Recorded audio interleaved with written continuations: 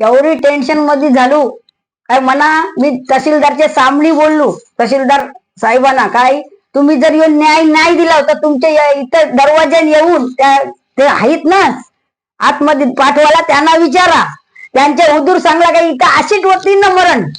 पनवेल तालुक्यातील दिघाट येथे कुसुम कृष्णा पाटील यांच्यावर अन्याय झाल्याची माहिती समोर येते. त्यांचे भाऊ हनुमंत नामदेव ठाकूर आणि तुकाराम नामदेव ठाकूर यांनी आईच्या वृद्धत्वाचा गैरफायदा घेत कथित मृत्यूपत्र तयार करून वडिलोपार्जित मालमत्तेतून त्यांना वगळल्याचा आरोप केलाय.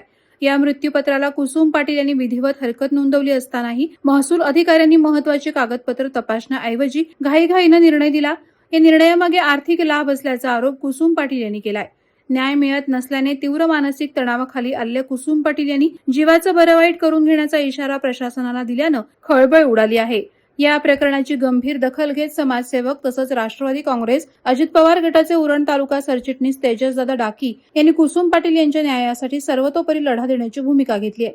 तलाठी, मंडल अधिकारी आणि अप्पर तहसीलदार यांच्या कथित दुर्लक्षाबाबत कडक चौकशी आणि कारवाईची मागणी तेजसदादा डाकी यांनी केली आहे. एक 2-4 दिवसापूर्वी कुसुम कृष्णा पाटील आणि त्यांचे पती कृष्णा पाटील हे माझ्या ऑफिसला आले होते.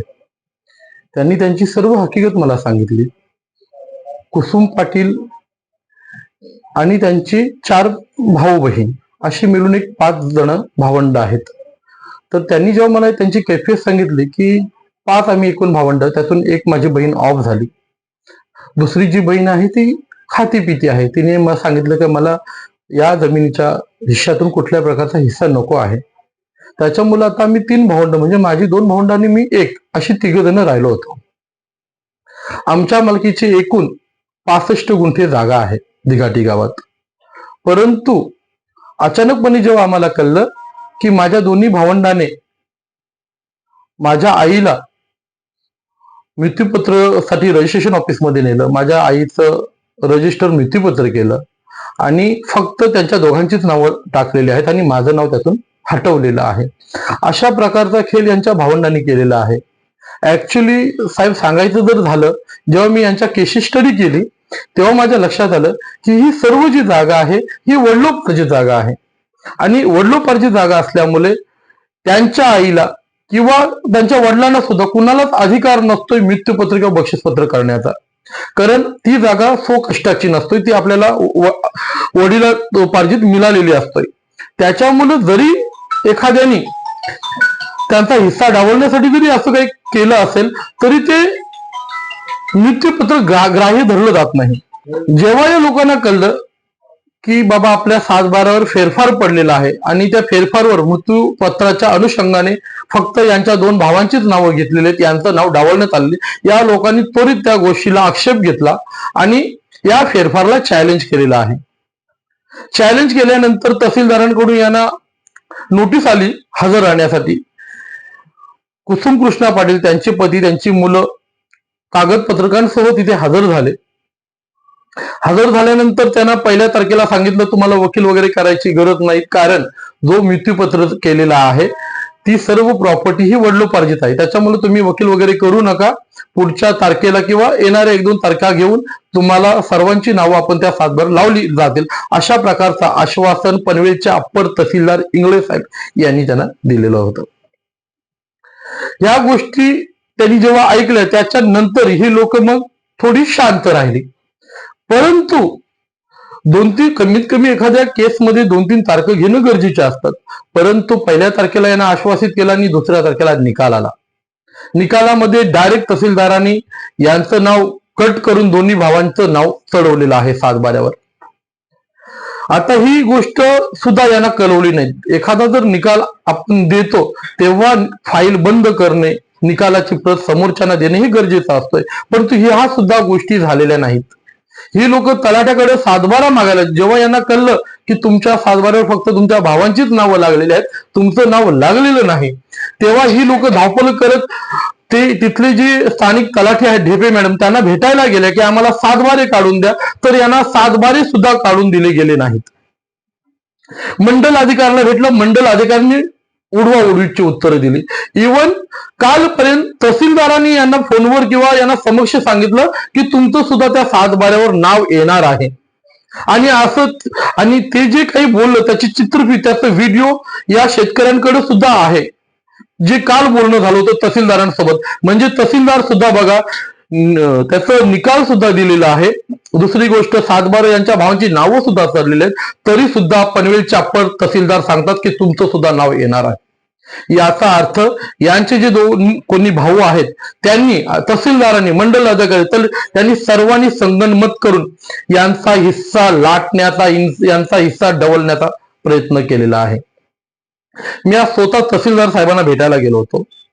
त्यांना सुद्धा विचारलं की साहेब तुम्ही यांचं नाव का डावललं केलं, तर त्यांनी सांगितलं की यांनी ठोस पुरावे सादर केले नाहीत की ही जागा माझ्या आईची आहे किंवा ही जागा माझ्या वडिलोपार्जित आहे. मी तहसीलदार साहेबांना एकच प्रश्न केला की जेव्हा आपण एखादा निकाल देता तेव्हा तुम्ही त्या जमिनीचा 7/12 फेरफार वाचता. मग फेरफार वाचल्यानंतर तुमच्या लक्षात यायला पाहिजेत. आज तुम्ही पनवेलचे या प्रजेचे राजा आहात. मग राजा जेव्हा एखादा निर्णय देतो, एखादा निकाल देतो, तेव्हा तुम्ही ते फेरफार वाचणं गरजेचे आहे की ही जागा वडिलोपार्जित आहे की यांच्या आईने ती जागा स्वकष्टाने खरेदी केलेली आहे.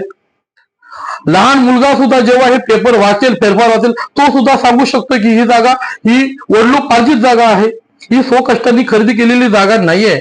परंतु गोरगरिबांना त्रास देणे, श्रीमंतांसाठी निर्णय ठेवणं, हेच काम आतापर्यंत या सर्व लोकांनी, सरकारी अधिकाऱ्यांनी केलेलं आहे.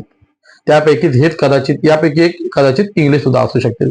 तुमच्या माहितीप्रमाणे सांगतोय, असेच एक अधिकारी होते, लाचखोर अधिकारी होते 2015 साली.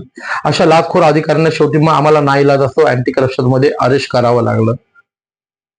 आम्हाला सुद्धा वाटतोय की अशा गोष्टी पुन्हा पुन्हा आमच्या हातातून घडून नयेत, या लाचखोर अधिकाऱ्यांचा भांडाफोड करू नये. परंतु ज्या पद्धतीने ते गोरगरिबांवर अन्याय करतात तेव्हा अशी मनात नक्की चीड येते की यांना सुद्धा आता अँटी करप्शन मध्ये अडकवून देणं गरजेचं आहे. आज मी जेव्हा यांची अवस्था पाहिली, कुसुम ज्या आई आहे त्यांची अवस्था पाहिली, ते कदाचित यांचं मानसिक संतुलन एवढं बिघडलं होतं की त्यांनी कदाचित आज जीवाचा बरवाईट केला असतं. परंतु त्यांना समजावून सांगितलं आणि त्यांना नक्कीच सांगितलं की जरी तहसीलदारांनी जरी चुकीचा निर्णय दिला असेल, तुमच्या विरोधात निर्णय दिला असेल, पैसे खाऊन निर्णय दिला असेल, तरी सुद्धा आपण हार मानायची नाहीत. आपण कोर्टात जाऊ, तुमची जागेचा तुमचा हक्क तुम्हाला 100% मिळवून देईल, यासाठी मी त्यांना आश्वासित केलेलं आहे. आणि 100% मी माध्यमांसमोर सांगतोय, तुमचा हक्क मी तुम्हाला योग्य रीतीने मिळवून देईल. मी तुमच्या चॅनलच्या माध्यमातून सर्व शेतकऱ्यांना आवाहन करतोय, तुमच्यासोबत सुद्धा जर अशा काही घटना घडत असेल तर नक्कीच तुम्ही मला संपर्क साधा. मला जेवढं शक्य होईल तेवढी तुम्हाला मी मदत करण्याची प्रयत्न करेन. मी कुसुम कृष्णा पाटील दिघाटी, माझे भावाई, मला हनुमान नामदेव ठाकूर, तुकाराम नामदेव ठाकूर, हे माझं 2 भाऊ. माझे वडील 82 सालाला वाढलं तेव्हापासून याही प्रॉपर्टी आईच्या नावावर गेली, एकटीचे ठेवली. याही काय कोणाचं नाव लावलं नाही, त्यांचं नाही ना माझं नाही. आता त्याही मृत्यूपत्र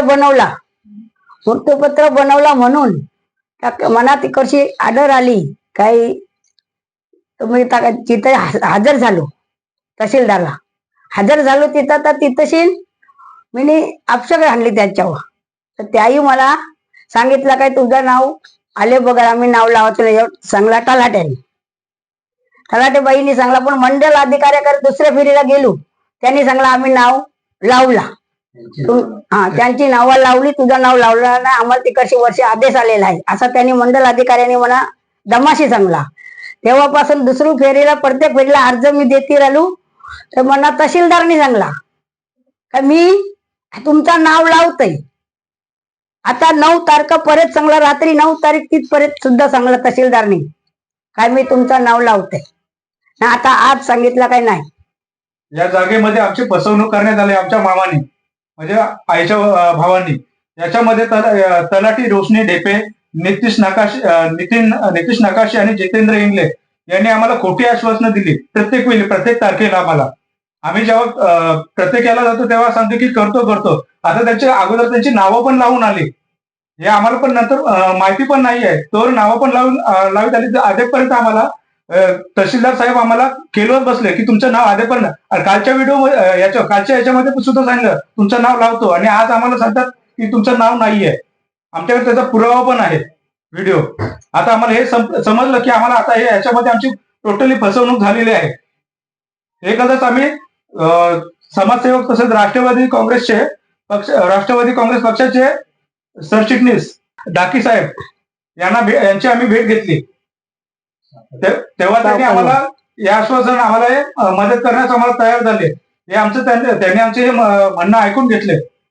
आजचा आमचा हा निकाल जो तहसीलदार साहेबांनी दिला हे ऐकून आमची आई आज अशा अवस्थेमध्ये झाली की ती जीव देवाला निघाली होती. ती सांगते की मला ना याच्यातून फसवणूक झाली, आम्हाला त्रास आहे. नवी मुंबई व रायगड जिल्ह्यातील ताज्या बातम्या आणि घडामोडींसाठी सबस्क्राईब करा वादळवारा लाईव्ह चॅनल आणि दाबा बेल आयकन.